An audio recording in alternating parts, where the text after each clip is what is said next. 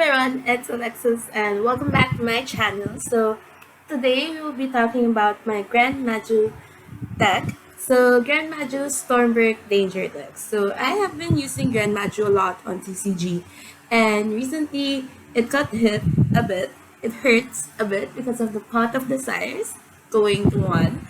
But worry not, because in Master Duels, Pot of Desires is still a 3. So we'll be talking a bit about my deck first, and then I'll show you some video footage of how I play the deck and talk about more about it. So first, let's look at the deck.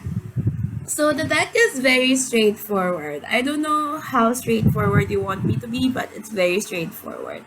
So first of all, this is a very expensive deck to craft. That's where I'll start with. It has a lot of SRs, a lot of URs, and it hurts your pockets when it comes to gems. I have never spent any money, any real money on this game. So this is a free to play GREN MAJU, but it is very expensive. So first of all, let's start with the father or the mother of this deck, which is GREN MAJU Deiza. GREN MAJU Deiza, if you don't know, its attack and defense are each equal to the number of your banished card times 400. So it can go very high if you banish 10 cards. If you banish 10 cards of Desire, it can go to 4,000 attack points real quick. So GREN MAJU is the mother of this deck.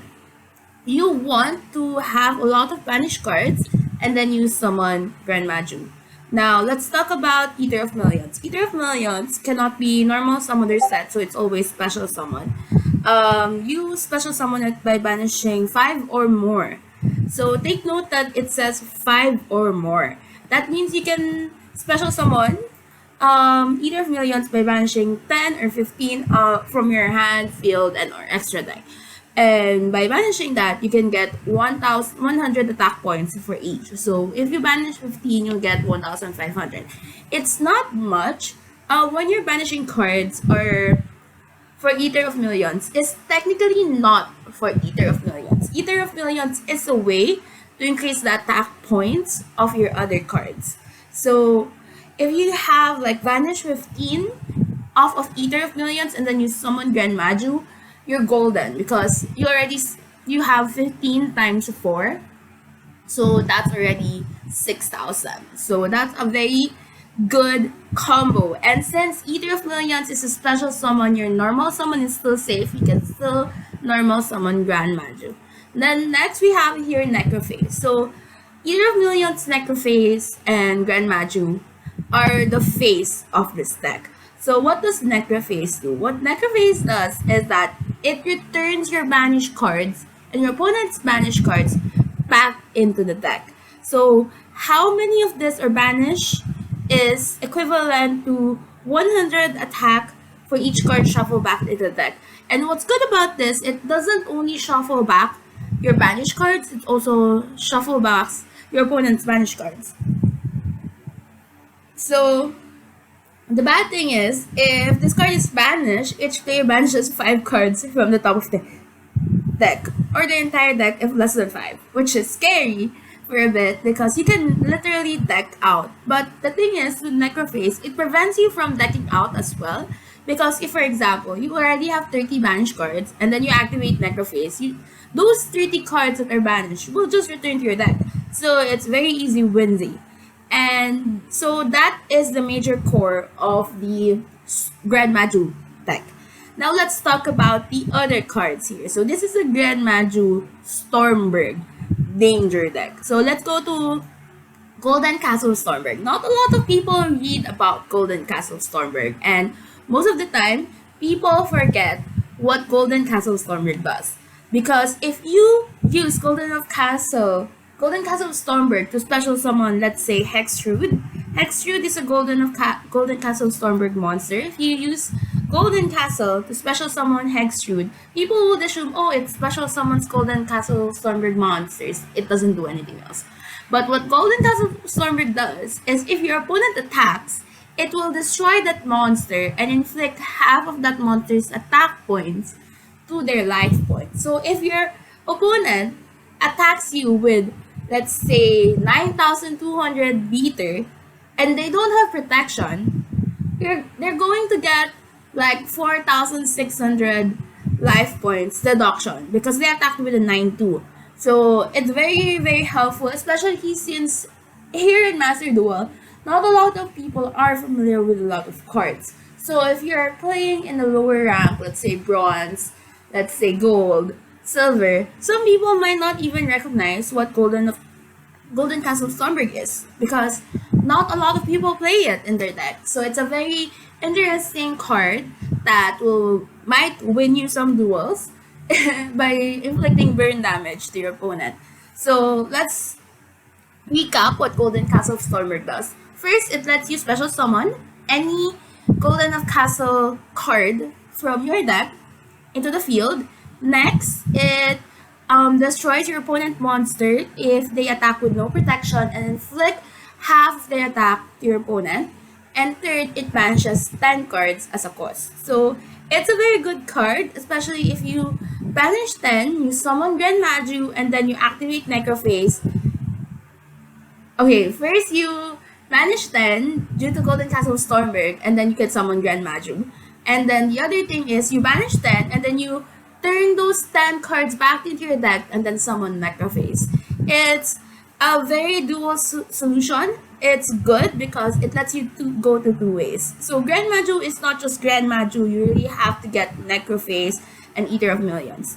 Now, let's talk about the other Golden Castle Stromberg cards. So Hexrude. Hexrude is a very good card. You can special summon it off of Golden Castle Stromberg, or if it's in your hand, you can summon it and without any tribute if Golden Castle Stromberg is on the field. What Hexrude does that many people do not fully utilize, and I feel like it's very underrated, is if Golden Castle of the Stromberg is on the field, you can target one card on the field except this one and destroy it.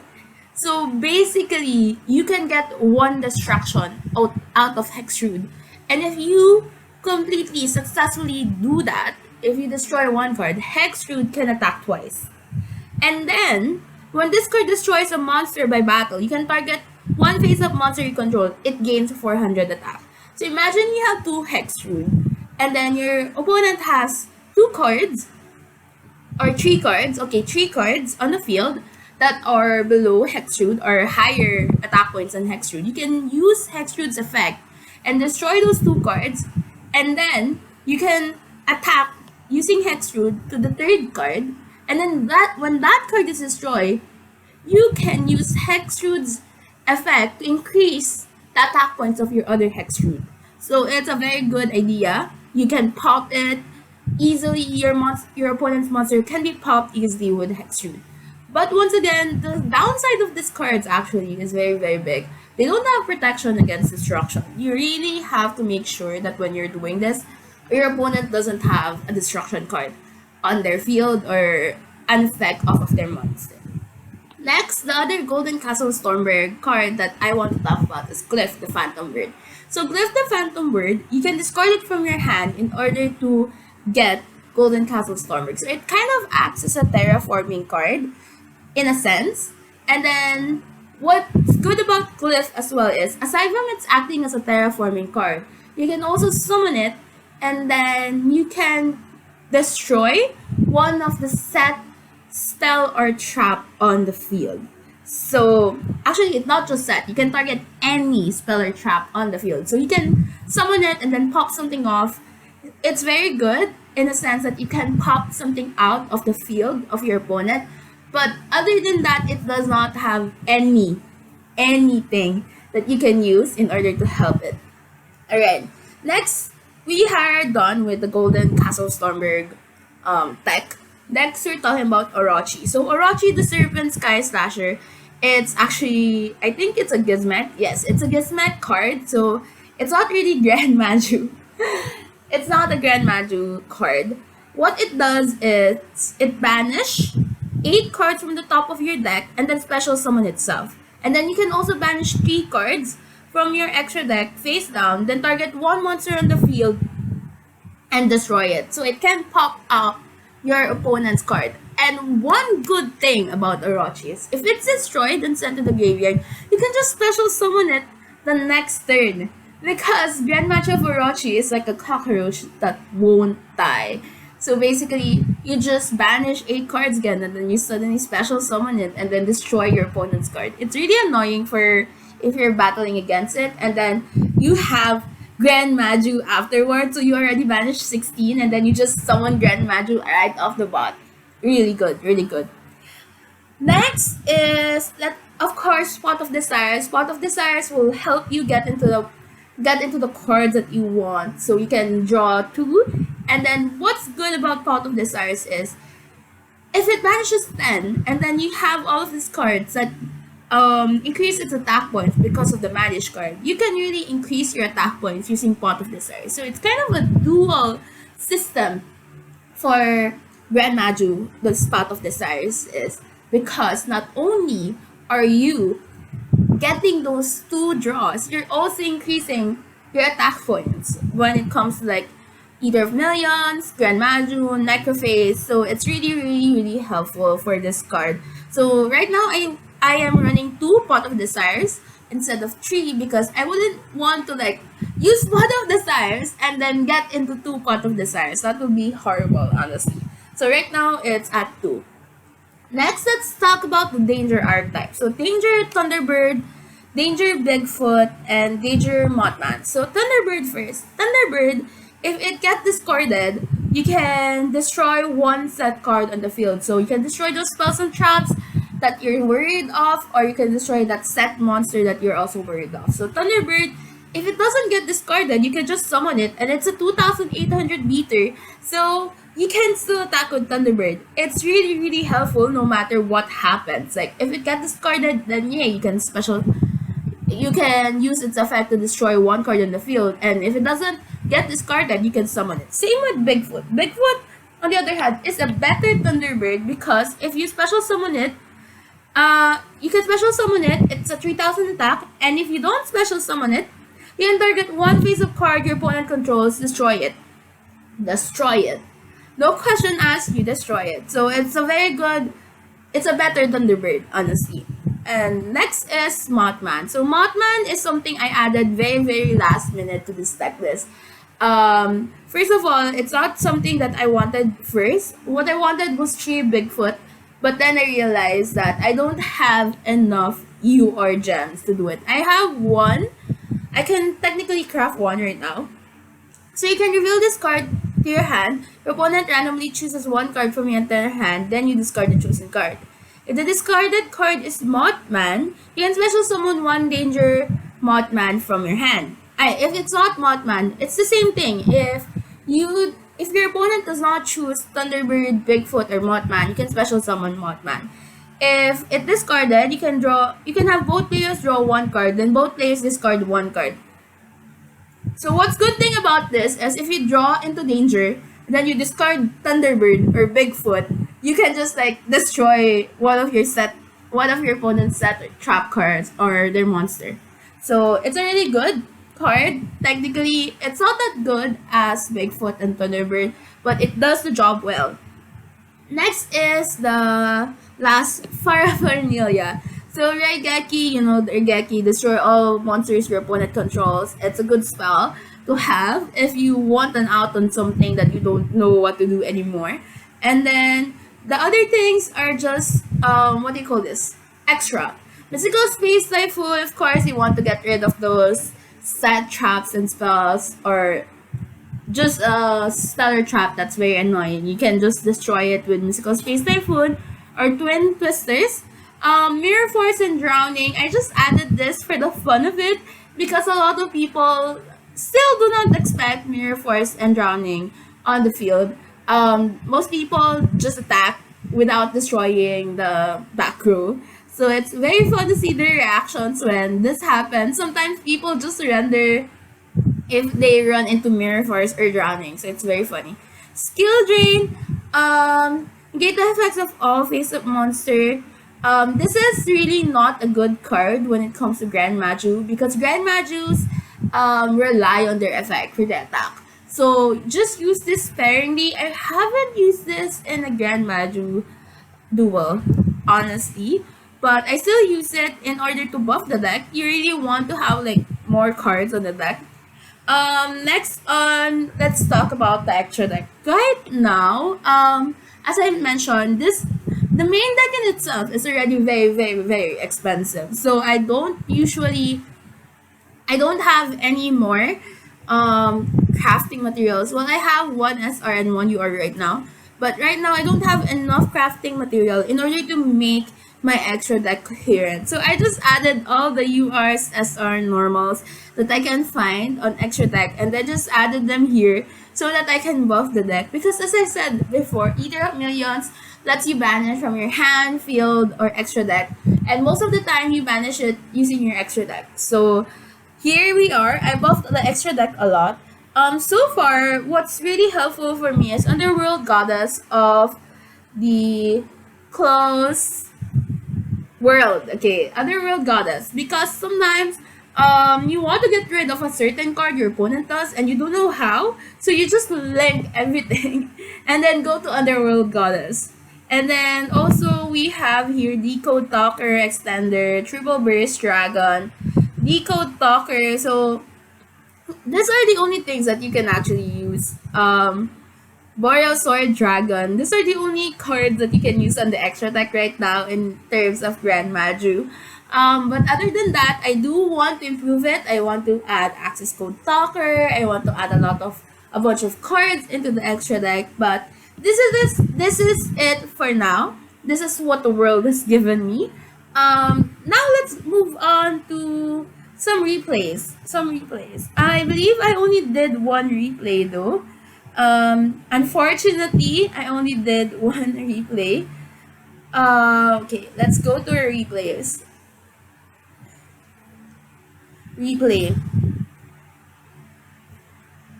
Okay, so this is a replay during the gold rank. I have been using GREN MAJU on gold. Now I'm on platinum 5. It's very amazing how you can like rise up really fast from gold to platinum. I don't know if it's a bug though. Please tell me if you have experienced it. I was gold tier 4 and then suddenly I'm platinum tier 5. Anyway, so here we go. Our hand is like 2 Golden Castle, 2 Thunderbird, and 1 Necrophase. This is actually not ideal, but what you can do is you can activate Golden Castle Stromberg, but instead of like setting Glyph, you can actually special summon Hexrude. But what my thinking here right now is, the reason why I summoned Glyph instead is because I didn't want to waste my resources, because it's very early game. I don't know what my opponent has, and it's clearly a good idea to summon something that's not that heavy. So you do the Mystical Space Typhoon, you want to get rid of any spell cards your opponent has, summon Necrophase, and then you can get all of those banished cards. And at this point, I should really summon Hexrude, because Hexrude will allow me to attack higher. But I didn't.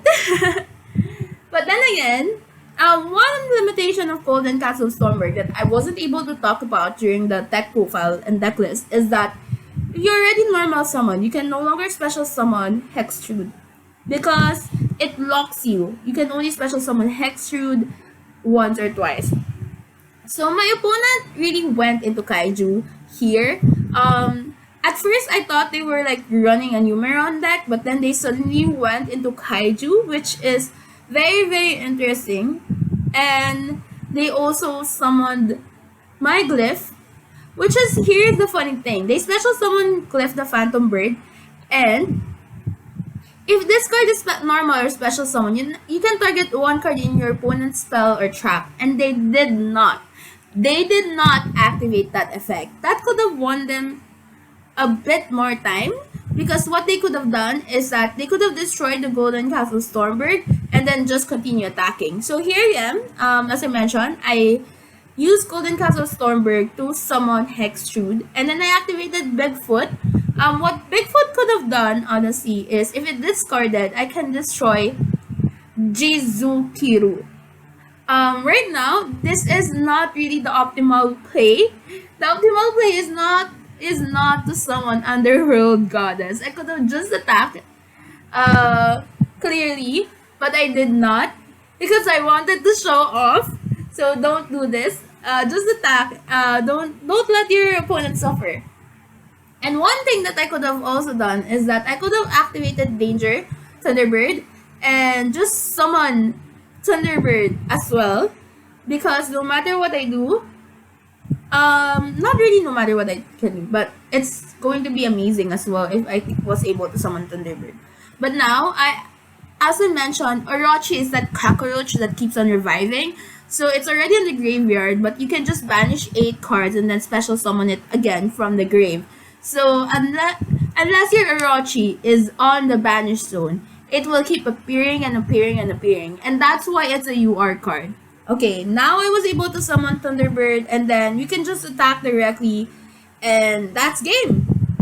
So if you have any questions, any suggestions, please do not hesitate to comment down below on what you think will make this set better.